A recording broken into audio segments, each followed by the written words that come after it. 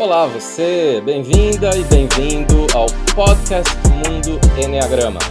Este é o nosso episódio de número 55, publicado em 22 de fevereiro de 2024. Eu sou Urânio Paes, sócio fundador da Chestnut Pies Enneagram Academy, a CP Enneagram, nossa academia de Enneagrama. E o nosso tema de hoje é instintos versus subtipos do Enneagrama. É isso mesmo, duas coisas diferentes, versus e não instintos e subtipos. Eu decidi gravar mais um episódio sobre esse tema, né? Já falamos sobre ele há um tempo atrás, na verdade há um ano atrás, aqui na nossa timeline do podcast, porque ele é fruto de muitas confusões e porque, em geral, o ensino do Enneagrama segue um pouco defasado na explicação do que são essas duas coisas, na diferenciação entre essas duas coisas e na identificação nossa do ponto de vista do subtipo, do instinto dominante e da sequência instintiva. Então, do que eu estou falando? Vale a pena, se você não ouviu os episódios lá do início do nosso podcast, que você volte, ouça, mas eu vou fazer uma explicação aqui. Quero dizer também que os nossos episódios são o que se chama de evergreen, né? Ou seja, eles não expiram, não caducam, não são assim importantes serem ouvidos só num dado momento. Então, se você começou a seguir o nosso podcast Mundo Enneagrama mais recentemente e está gostando, você vai aproveitar muito se voltar lá para o início, ouvir os episódios iniciais, ouvir os episódios passados. A gente já tem bastante conteúdo disponível. Mas, então, o que é essa explicação que eu quero fazer sobre instintos e subtipos, só para refrescar um pouco a memória? No Enneagrama, a gente tem 3 centros de inteligência, né? Também temos um episódio só disso, que são o corpo, coração e a cabeça, ou instintos, emoções e pensamentos. Os tipos mentais, os emocionais e os instintivos. O 891 são os instintivos. O 2, o 3 e o 4 são os emocionais. E os 5, o 6 e o 7 são os tipos mentais. E aí tem toda uma compreensão muito importante sobre o que significa ser um tipo mental, um tipo emocional, um tipo instintivo, e também, principalmente, sobre o que fazer para desenvolver os outros 2 centros que podem estar subdesenvolvidos. Existe também a dimensão mais comum de todas, que é a dos 9 tipos do Enneagrama. Enneagrama, essa palavra vem do grego, né? Ennea, 9, gramos, figura ou desenho. Então, Enneagrama é o desenho, a figura do 9, que tem aquela estrela de 9 pontas e que, entre outras coisas, resultou há mais ou menos 60, 70 anos atrás, numa coisa, na verdade, 70, 80 anos atrás, resultou nessa descrição de 9 personalidades humanas e 9 caminhos de evolução para a reconexão com a essência, com um eu superior. Isso é uma das dimensões do Enneagrama, mas aí a gente fala normalmente dos 9 perfis, dos 9 tipos. E tem que começar falando das 9 personalidades, entendendo que eles são 9 eus limitantes, são dimensões mais limitadas de consciência. A gente se identificou demais com essas personalidades, mas nós não somos a personalidade, né? Nós somos um eu superior, um eu maior, somos essência, mas nos limitamos a atuar apenas como uma dessas personalidades. E o estudo do Enneagrama tem a ver com sair dessa caixinha, conseguir evoluir para não sermos tão limitados pela nossa personalidade. A personalidade não vai mudar, mas eu posso mudar, galgando níveis de consciência superiores dentro do meu perfil, e para isso, utilizando aquelas conexões de flechas dos 2 pontos aos quais o meu está conectado por linhas interiores no diagrama do Enneagrama, ou flechas, e que a gente abordou num episódio muito recente, já deste ano de 2024. Então, tem essa dimensão fundamental dos 9 perfis. E aí, a gente tem 3 instintos, né? Antes disso, deixa eu voltar aqui a um outro conceito que nós também já abordamos. Já volto a falar aqui dos 3 instintos. Dentro de cada um dos 9 tipos, existe um problema principal do ponto de vista mental, cognitivo. Um problema diferente para cada um de nós. Esse problema se chama fixação. Já falamos sobre isso também em um episódio específico. Vamos dizer que essa é uma crença limitante muito particular daquele nosso perfil do Eneagrama. Ele é mais do que uma crença limitante, mas é uma das formas de começar a entender o que é a fixação. Né? Então, por exemplo, fixação do tipo 8 é vingança, fixação do tipo 3 é a vaidade, fixação do tipo 5 é a mesquinhez, fixação do tipo 7 é o planejamento. Enfim, tem lá o episódio para você entender o que são esses conceitos e qual é a fixação de cada um dos 9 tipos e também como trabalhar isso. Também, cada um dos 9 tipos tem uma paixão, que é um vício emocional. Também é mais do que isso, mas vamos aqui simplificar dizendo que é um vício emocional central que cada um de nós tem nos tipos do Eneagrama, dependendo de qual é o nosso tipo do Eneagrama. E eles têm aquela conexão com os pecados capitais, né, do cristianismo. A igreja, a partir de um determinado momento, deixou de lado assim, tanto o medo quanto a fixação também do auto-engano ou vaidade, dependendo de cada autor que coloca aí a paixão e a fixação do tipo 3 como vaidade ou auto-engano. Eu, particularmente, coloco a paixão como auto-engano e a fixação como vaidade aí do ponto 3. Mas são, vamos dizer, os 9 pecados capitais acrescidos desses que se perderam aí com o tempo, por diferentes razões que não vêm ao caso agora. E essa paixão de cada tipo é algo muito central que a gente precisa enfocar e trabalhar para o nosso crescimento, né? E essa paixão tem um nome que nem sempre é bem compreendido, não dá para ir pelo senso comum. Precisa entender bem o que ela quer dizer. Por isso, indico que você volte e reveja aí o episódio em que falamos disso. Então, do tipo 8 é a luxúria, que tem a ver com excesso, do 9 é a preguiça, que tem a ver com fazer as ações menos importantes e não a ação certa. Do tipo 1 é a paixão da ira, que é uma raiva contida aqui dentro, né, com muita autocrítica e uma crítica ao outro que não sai totalmente para fora, né? Do tipo 2, o orgulho, né, de se sentir especial, superior ou querer ser assim. O tipo 3, o auto-engano, que tem a ver com uma adaptação intensa, frequente ao meio e às pessoas. O tipo 4, a inveja, comparação, o tempo inteiro me colocando abaixo, acima ou sendo diferente, mas tendo muita dificuldade de ser igual. O 5, com a avareza, o fechamento do coração para o dar e para o receber.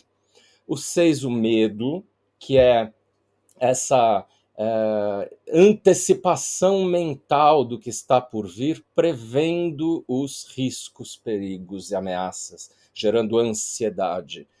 E o 7, a gula, que é essa necessidade emocional de ter múltiplas opções, múltipla escolha, de poder pular de um lado para o outro em projetos diferentes, interesses, né? E com dificuldade de foco, de concentração, de ir até o fim em alguma coisa, e de prosseguir adiante quando termina o prazer.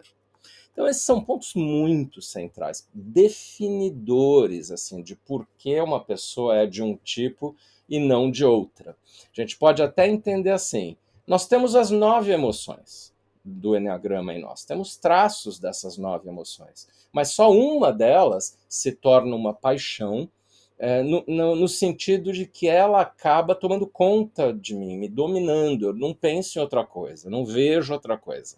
Né? Então, a palavra paixão aqui tem uma conotação negativa. não positiva, tá? Às vezes se confunde porque a palavra paixão é vista como algo positivo, né, na sociedade como um todo. Aqui paixão vem de patos, né, de patologia, de sofrimento, de doença. Então, existem as 9 paixões.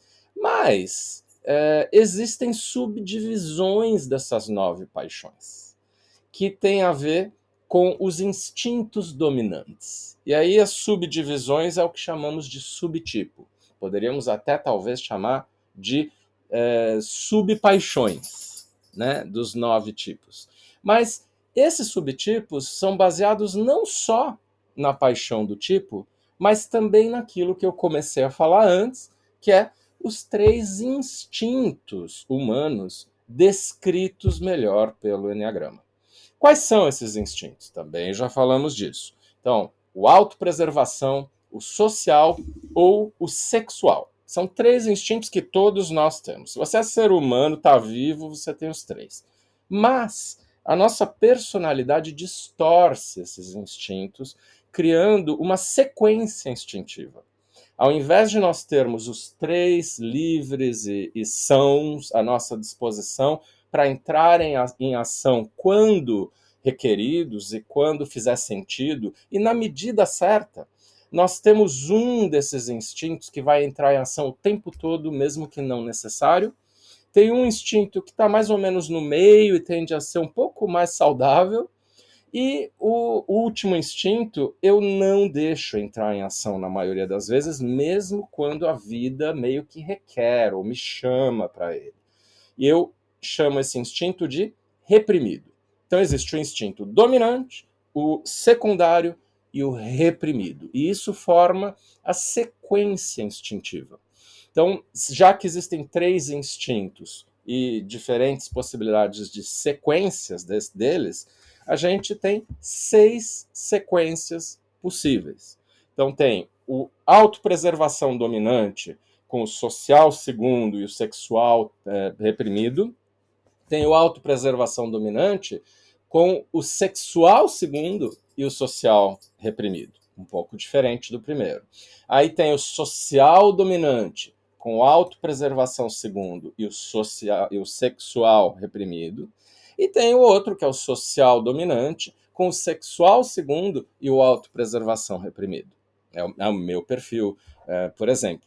E o sexual dominante com o autopreservação segundo e o social reprimido, e também o sexual dominante com o social segundo e o autopreservação reprimido. Espero ter falado certo aqui, mas acho que você está entendendo que tem essas 6 possíveis sequências instintivas.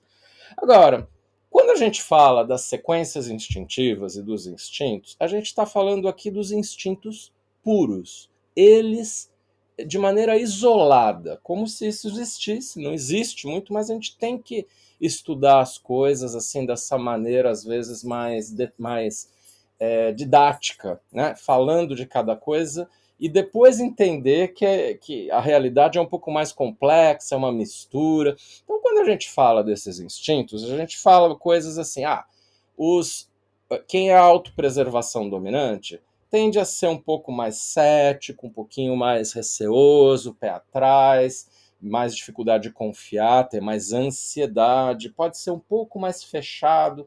Só que é importante saber que isso só vai ser mais ou menos verdade se nós compararmos pessoas de um mesmo tipo.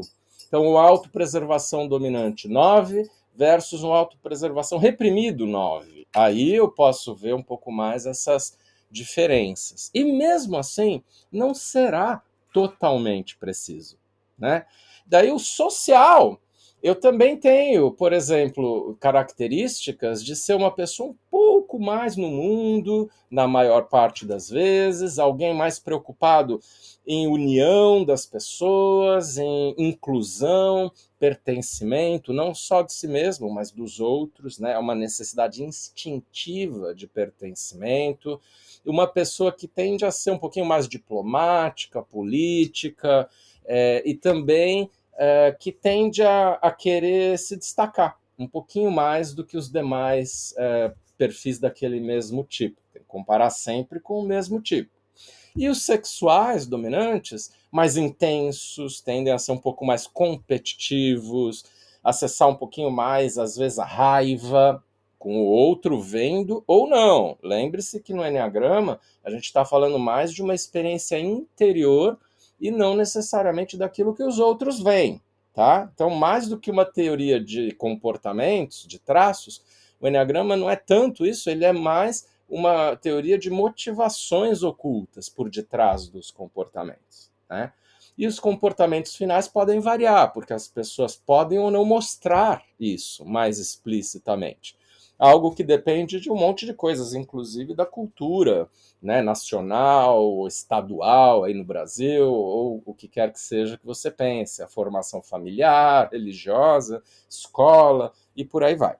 Bem, então os instintos, eles têm sim essas características. E lá no passado, há muito tempo atrás, 15 anos atrás, até mais ou menos esse momento, eu ensinava muito mais os instintos, né? E não ensinava tanto os subtipos. Porque para mim era o que fazia sentido naquela época. Mas aí eu fui vendo que essa generalização, né, de se falar autopreservação, todo mundo autopreservação sendo de um jeito, ou social, todo mundo é de um jeito, sexual, todo mundo é assim, que isso não funcionava tão assim na prática. As pessoas não se identificavam, elas não viam isso tanto dependendo do tipo delas, e que, de fato, a expressão final desses instintos na vida da pessoa variava, conforme o tipo da pessoa, fundamentalmente. Outros fatores também, mas principalmente conforme o tipo. E aí veio um maior estudo da minha parte sobre os subtipos. Eu já estudava isso, né, há bastante tempo, mas a versão dos subtipos que eu estudava melhorou muito depois que eu entrei em contato com o trabalho do Cláudio Naranjo, lá no meu caso foi no início dos anos 2000, né, quando eu vi uma apresentação específica dele num congresso sobre isso, mas demorei um pouco para mudar. E a minha atual sócia, a Bee Chestnut, ela começou a estudar isso profundamente, nessa linha do Cláudio Naranjo.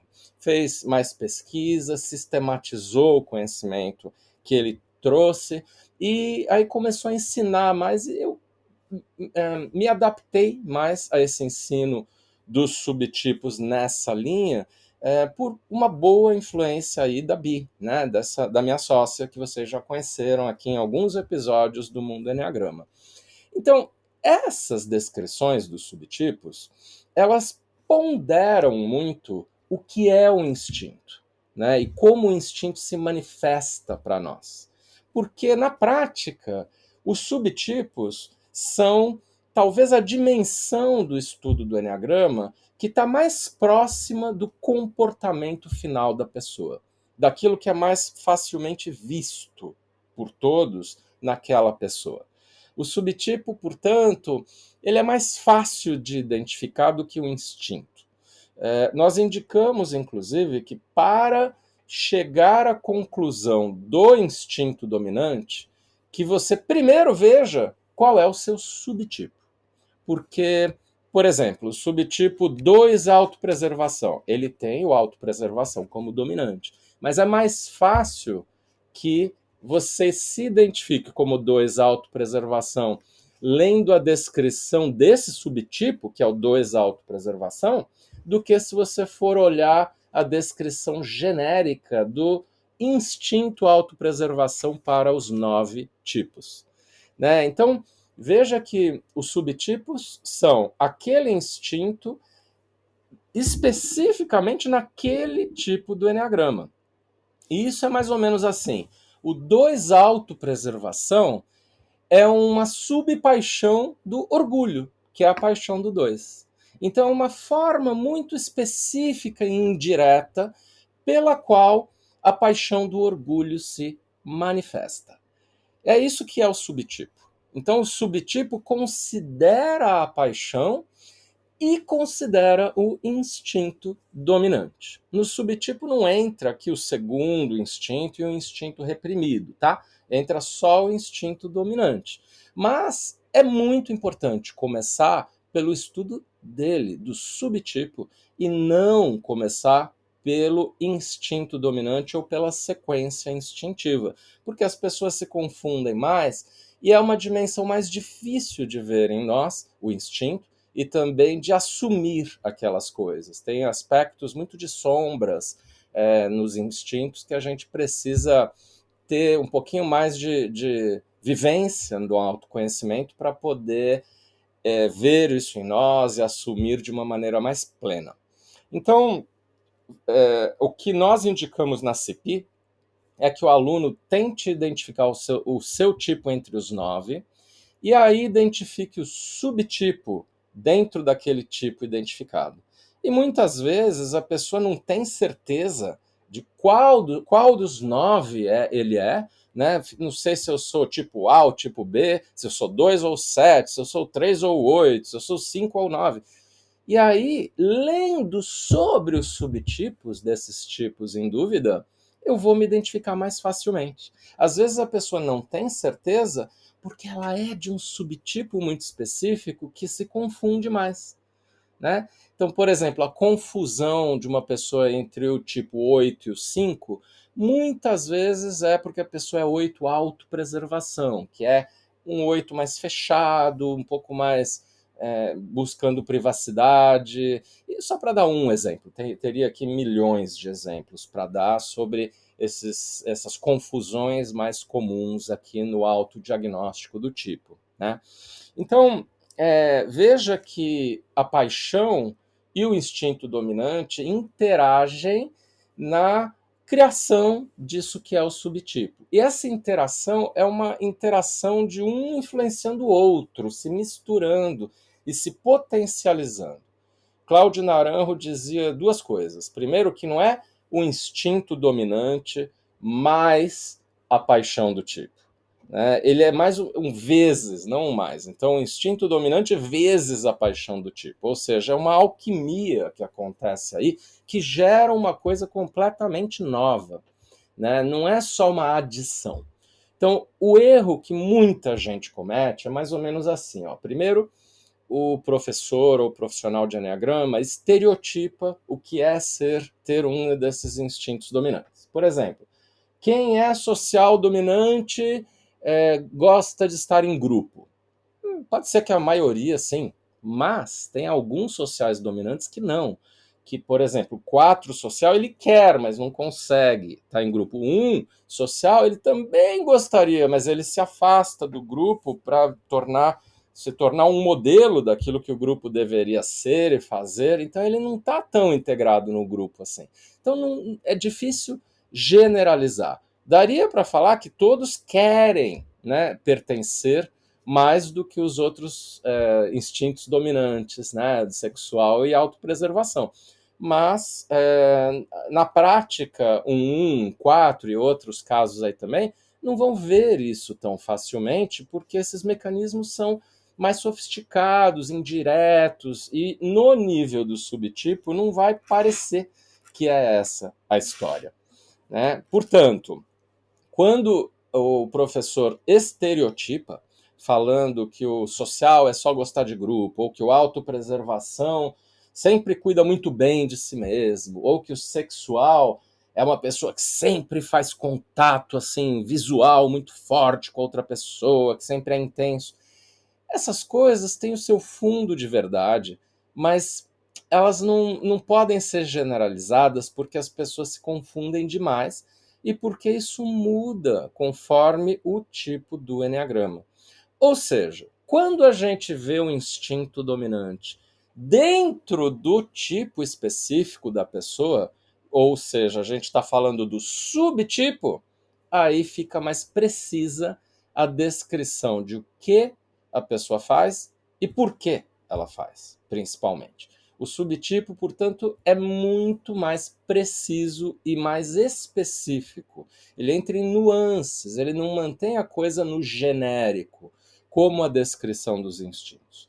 E aí depois, de entrar na dimensão dos subtipos, a gente vai para a dimensão dos instintos. Se eu identifiquei que eu sou um 5 social, é porque meu social é dominante. Se eu identifiquei que eu sou um 4 sexual, é porque o sexual é meu dominante, né? Então, aí eu vou ver o que, na verdade, quer dizer eu ser social, sexual ou autopreservação dominante. Coisas que eram inconscientes para mim, que eu não via. E que talvez eu nem mostre isso no meu comportamento mais visível. Que talvez isso fique mais escondido no meu caso, né? Então, é por aí. O subtipo, ele é uma mescla desse lado emocional da paixão com o lado instintivo do instinto dominante. Então, do ponto de vista neurológico, o subtipo pega um pouco do cérebro reptiliano e do sistema límbico, que tem um pouco mais a ver com as emoções, né? Então ele ocupa locais diferentes, inclusive, nessa estrutura da nossa psique, né? Enquanto o instinto é basicamente só cérebro reptiliano. Os instintos que nós temos poderiam ser entendidos como os mesmos instintos de um mamífero, mas não só um mamífero, de um pássaro, de um peixe, de um réptil. E esses instintos são puramente animais. Já os subtipos são animais e humanos, né? Porque tem um pouco mais essa dimensão das emoções. Eu diria até assim, animais mamíferos, né? Nós como primatas humanos, né? E também um lado mais específico humano que é descrito pelas personalidades que não dá para dizer que nos animais é igual, né? Bem, então nesse sentido, os subtipos eles são uma máscara da paixão do tipo. Então vamos lá, vamos tentar explicar isso aqui melhor.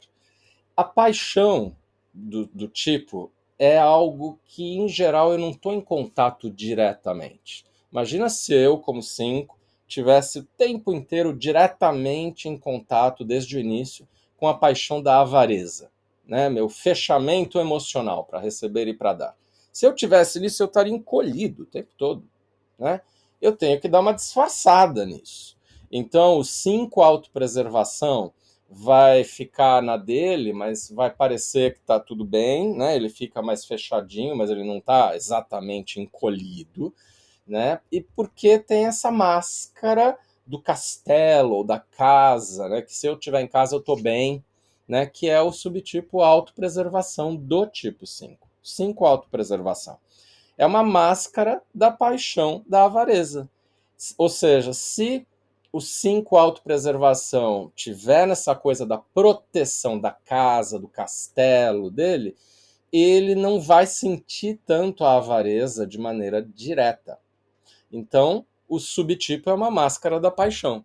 Já o 5 social, que é o meu caso, eu vou conseguir me comunicar, me socializar, mas muito mais nisso da troca de informações, conhecimento, de trocar visões de mundo, conceitos, teorias, e acho que estou me socializando, acho que eu estou conectado com as pessoas, e aí, na verdade, eu estou na avareza de estar só trocando conteúdo mental.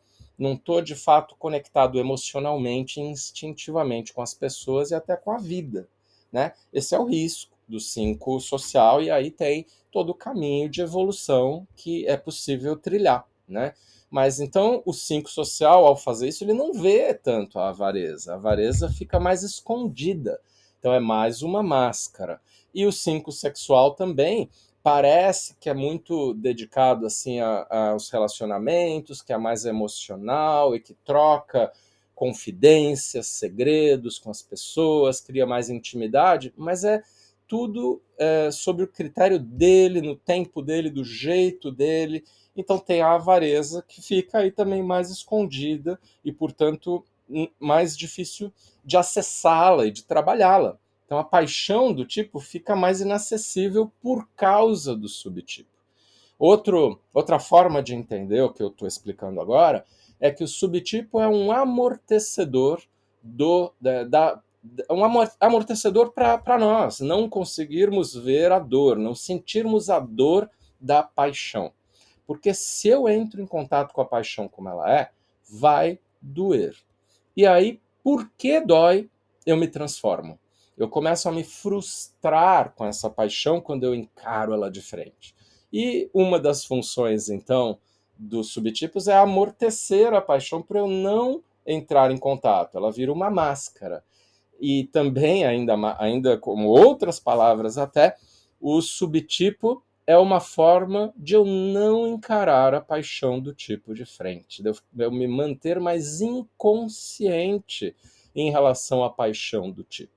E esse subtipo tem por detrás tanto a paixão quanto o instinto dominante. Então, portanto, uma parte da minha desconstrução ao fazer trabalhos interiores é eu conseguir olhar o meu instinto dominante depois de identificar o meu subtipo. Eu sei que aqui esse episódio pode ter ficado um pouco mais teórico e um pouco mais complexo para alguns aqui que ainda são um pouco iniciantes no Enneagrama. Então, a minha grande sugestão é você voltar para aqueles episódios que falam da paixão e que falam dos instintos e o dos subtipos. Falar desses três aí, das sequências instintivas também. Veja esses 3, 4 episódios de novo, se você quiser estudar isso mais a fundo, quiser entender isso mais a fundo, e aí volte de novo a este episódio que fala da diferença, instintos versus subtipos, que aí vai fazer ainda mais sentido. E se você já está estudando Enneagrama, o meu desejo é que isso aqui tudo venha a ser bem esclarecedor. Que você não tente falar só de instintos sem usar a dimensão do subtipo e vice-versa. Não dá também para falar só de subtipo sem ir nessa dimensão importante dos instintos. Tem que estudar ambos, não pode usar só um, e a sequência ideal para aprender isso e se observar é primeiro o subtipo, depois o instinto dominante que está por detrás dele, e aí no fim a sequência inteira. Aliás, o trabalho sobre o instinto reprimido é ainda mais sofisticado e tem que vir um pouquinho mais adiante aí no processo de autodesenvolvimento, tá? Bem, eu espero que esse episódio tenha contribuído, que vocês aproveitem bem essa diferenciação para poder usar ambos, que não caiam no erro de achar que é uma adição, não uma multiplicação, ou seja, se eu sou um 6 com medo, e aí eu sou social, eu vou querer grupo, então aí eu vou somar. Não é bem isso, né? Então eu tenho que entender os subtipos de maneira mais específica. E com isso vocês chegarem nessa condição de ter mais nuances específicas para observar as suas tendências mais particulares. Entendendo também que pessoas de um mesmo tipo podem sim ser bem diferentes, porque os subtipos fazem com que elas sejam muito diferentes. Eu dei o caso dos 6, esse é um dos tipos que resulta em pessoas mais diferentes entre si, dependendo do subtipo, né? São pessoas que podem parecer, inclusive, opostas. Então, divirtam-se com essa dimensão muito curiosa do Enneagrama, fascinante, e que explica algumas das diferenças entre pessoas de um mesmo perfil. Muita gente, quando descobre o seu tipo, faz uau! E aí, quando descobre o subtipo, faz um segundo uau, uau, uau, assim. Então, é uma busca muito legal entender essa dimensão dos subtipos. E aí, entender o instinto depois completa uma receita sensacional de autodesenvolvimento. Então, vamos lá, vamos fundo no Enneagrama. O Enneagrama não é um sistema muito simples e básico, como vocês estão entendendo agora, e ele precisa ser respeitado nessa complexidade dele. Vamos adiante, a gente não precisa chegar nessa compreensão plena muito rápido, mas vamos honrar a profundidade, a sofisticação desse sistema único de autodesenvolvimento. Então, meu obrigado pelo seu prestígio ao podcast Mundo Enneagrama. E um obrigado ainda mais especial aos nossos alunos nos cursos da CPI. Aliás, você já considerou se inscrever para os cursos nossos presenciais em abril no Brasil, em português? Veja aí na descrição do episódio os links e aproveite essa oportunidade. Eu e a Bi estamos uma vez por ano no Brasil, nos meses de abril, e essa é uma oportunidade muito legal. E, em especial, nós faremos um workshop novo chamado Caminho do Enneagrama, que é o workshop ideal para você começar os estudos com cursos da CPI. E também meu muito obrigado aos membros da CPI Online, que é a nossa plataforma de conteúdos com possibilidade de assinatura anual por um preço muito interessante para tanto conteúdo que ela oferece, inclusive webinars ao vivo todos os meses. O Mundo Enneagrama é um podcast quinzenal para quem quer se conhecer a sério e se desenvolver de verdade. Eu sou Urânio Paz e até o próximo episódio do nosso Mundo Enneagrama.